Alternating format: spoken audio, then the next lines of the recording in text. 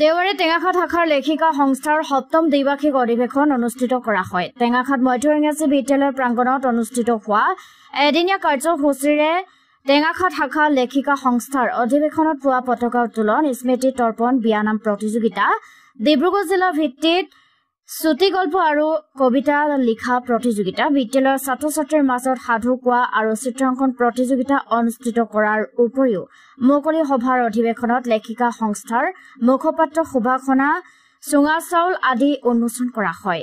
অধিৱেশনৰ লগত সংগতি ৰাখি টেঙাখাতৰ ৫ গৰাকী বিশিষ্ট তথা বৰেণ্য ব্যক্তিক বিশেষ সম্বৰ্ধনা জনোৱা হয়।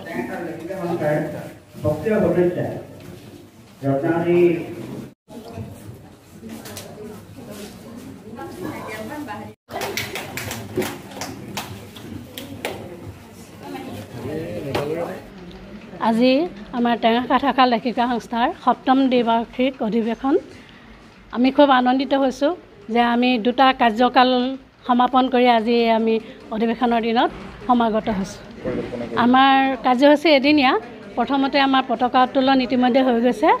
তাৰ দ্বিতীয়তে আমাৰ স্মৃতি তৰ্পণ হ'ল। আমাৰ 5 গৰাকী বয়োজ্যেষ্ঠ আমাৰ লেখিকাই স্মৃতি তৰ্পণ কৰিলে। এতিয়া ইয়াৰ পিছত আছে তাৰ অলপীয়াকৈ হ'লেও আমাৰ এটি শোভাযাত্ৰা হৈ গ'ল। আৰু এতিয়া আমাৰ আছে বিয়ানামৰ প্ৰতিযোগিতা। প্ৰতিযোগীসকল ইতিমধ্যে আহি পাইছেহি, তেখেতসকলৰ প্ৰতিযোগিতা। তাৰপিছতে প্ৰতিযোগিতাৰ অন্তত আমাৰ মুকলি সভাৰ অধিৱেশন আৰম্ভ হ'ব। আমাৰ অধিৱেশনৰ মুকলি সভাত আমাৰ এখন মুখপত্ৰ সুভাষণা উন্মোচন কৰা হ'ব। আৰু তাৰপিছতে আমাৰ লেখিকাসকলৰ মাজৰো 2-1 মহিলাই আমাৰ আজি গ্ৰন্থ উন্মোচন কৰিব।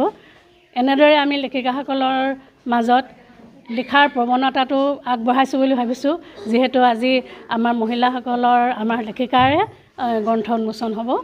লগতে আৰু 2খনমান গ্ৰন্থ আমাৰ ইয়াত উন্মোচন হ'ব। News desk report, DN News 24।